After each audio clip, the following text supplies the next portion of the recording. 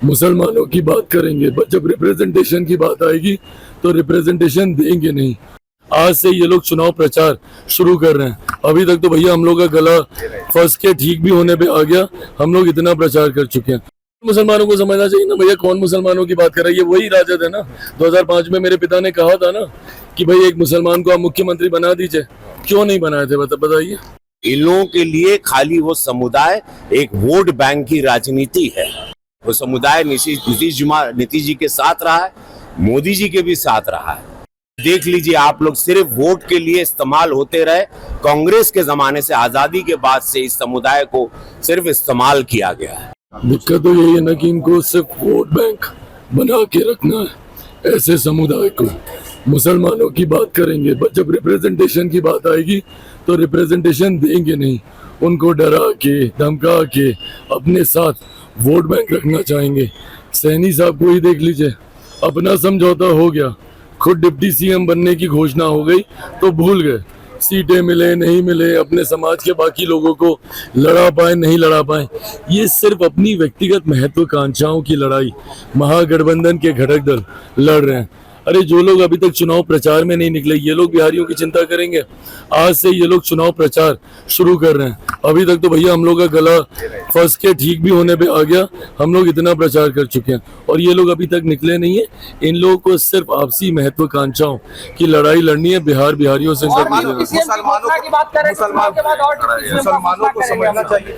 समझ जाना चाहिए कि क्या। अरे तो बिल्कुल मुसलमानों को समझना चाहिए ना भैया, कौन मुसलमानों की बात कर रहा है? ये वही राजद है ना। 2005 में मेरे पिता ने कहा था ना कि भाई एक मुसलमान को आप मुख्यमंत्री बना दीजिए। क्यों नहीं बनाए थे बताइए। अगर इतने ही मुसलमान के हितैषी बने फिरते हैं, क्यों नहीं है उस वक्त एक मुसलमान मुख्यमंत्री बना दिए थे? अगर उस वक्त बनाते तो सही मायनों में समझ में आता कि भैया इनका समर्पण है मुसलमानों के प्रति।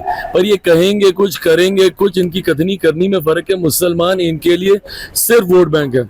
और जितनी जल्दी मुसलमान ये बात समझ जाए, भाई हम लोग कहने के लिए नहीं कहते, जितनी भी हम लोगों ने गरीब कल्याण की या जन कल्याण की योजनाएं बनाई हैं उसमें बिना भेदभाव के हम लोगों ने देश के हर एक व्यक्ति, भले वो किसी भी जाति समुदाय से, किसी भी धर्म से आता हो, उसके लिए हम लोगों ने ये योजनाएं बनाई हैं। पर ये लोग तो उसमें भी जात देखते हैं, उसमें भी धर्म देखते हैं। पूरा बिहार का रूप छठ माई का आशीर्वाद बा।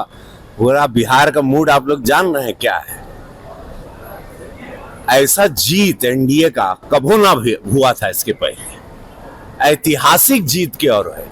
इन लोगन के आपस में कबड्डी खेले था, कुछ नहीं है।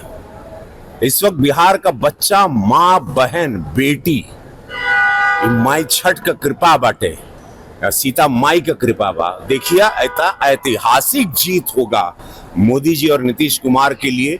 आप लोग सोच नहीं सकेंगे। ये रिकॉर्ड हम बोलत है, याद रखिए ये बात। मगर मुस्लिमों को कुछ नहीं दिया गया डिप्टी सीएम। आप सुन लाई बात, इससे पता चलता है मानसिकता क्या है। इससे पता चलता है कि इन लोगों के लिए खाली वो समुदाय एक वोट बैंक की राजनीति है। और वो समुदाय अब जाग जाना चाहिए। वो समुदाय नीतीश जी के साथ रहा है, मोदी जी के भी साथ रहा है।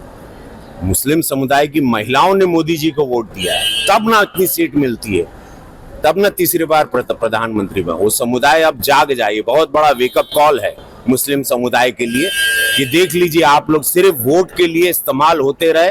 कांग्रेस के जमाने से, आजादी के बाद से इस समुदाय को सिर्फ इस्तेमाल किया गया है। और अनाज से लेके, मकान से लेके सब कुछ प्रधानमंत्री जी और इस सरकार में सुरक्षा व्यवस्था, इस समुदाय को पूरा सुरक्षित रखा गया है। लेकिन वोट बैंक, वोट की राजनीति में यह समुदाय बिखर गया। हमेशा हिंदू मुसलमान विरोधियों ने करवाया, भाजपा ने कभी नहीं करवाया।